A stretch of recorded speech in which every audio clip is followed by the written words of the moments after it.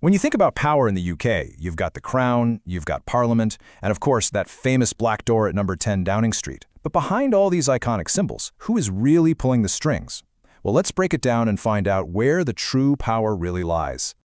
So who's actually in charge? Is it the monarch with all that history and tradition, or is it someone else? That's the big question we're going to get to the bottom of right now.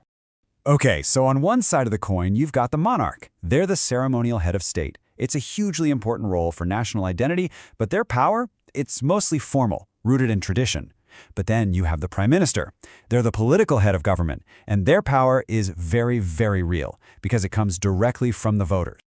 So how does a person actually get all that political power? I mean, yeah, the monarch formally appoints the prime minister, but they have zero say in who gets picked. It's just a ceremony, really. The actual journey to power, that all starts inside Parliament. It's actually pretty straightforward when you boil it down. The Prime Minister is the leader of the political party that wins the most seats in a general election. That victory means they can command the confidence of the House of Commons. And that's just a fancy way of saying they have the support of a majority of elected MPs, which gives them the legitimacy to run the country.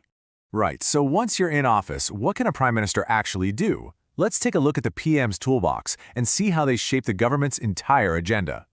First things first, the PM is the boss. They get to pick their entire team. They appoint ministers to run all the big government departments. They can fire them if they're not up to scratch.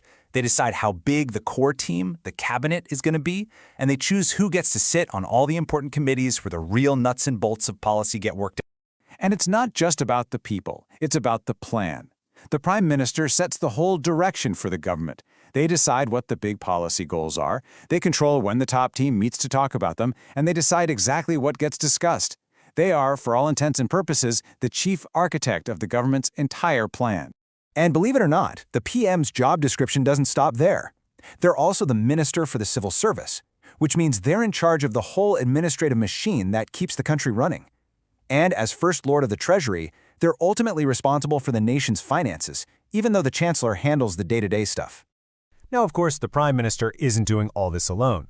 They lead an inner circle of their most senior ministers. So let's pull back the curtain on the cabinet, which is basically the engine room of the British government. The cabinet is the main decision-making body for the whole government. They usually meet once a week, and it's made up of the most senior ministers. We call them secretaries of state, who each run a huge department, like health, defense, or education. This is the room where the biggest calls are made. And keeping this whole complex machine running smoothly, that's the job of the Cabinet Office. This is a special government department staffed by professional, non-political civil servants. The whole thing is led by the Cabinet Secretary, the most senior civil servant in the whole country, and their entire mission is to support the PM and the Cabinet to make sure their policies actually happen. But sometimes you need to make massive decisions, and you need to make them fast. For that, there's a special committee called COBRA.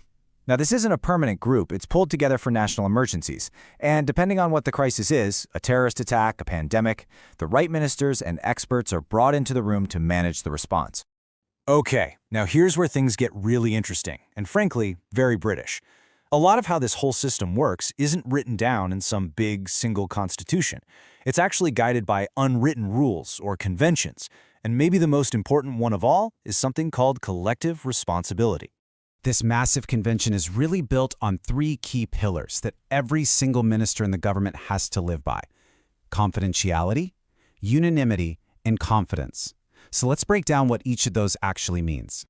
First up, confidentiality. The idea here is pretty simple. What's said in the cabinet room stays in the cabinet room.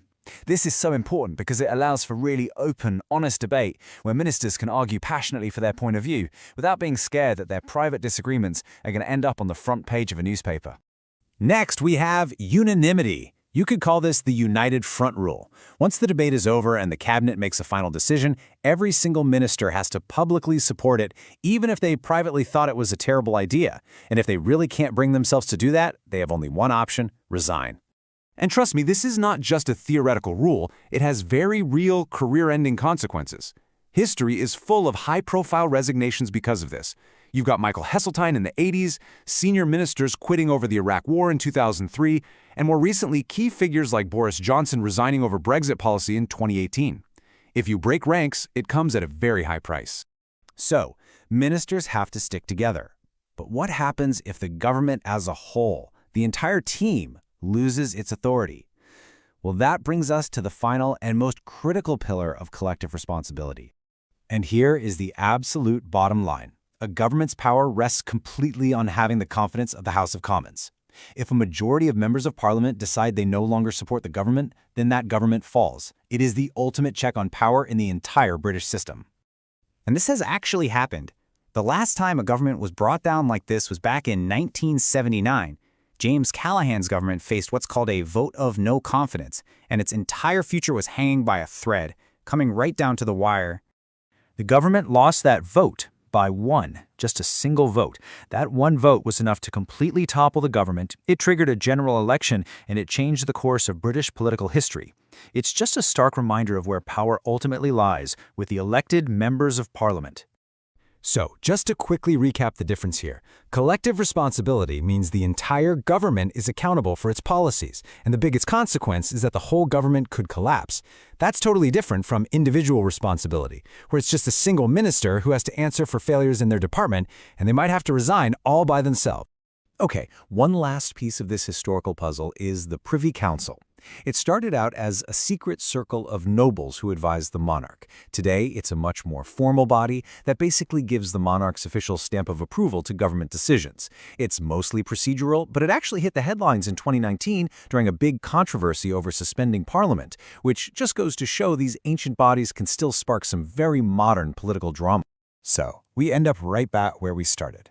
The UK government is this incredibly complex machine, run by a very powerful prime minister, but always held in check by unwritten rules and the confidence of Parliament.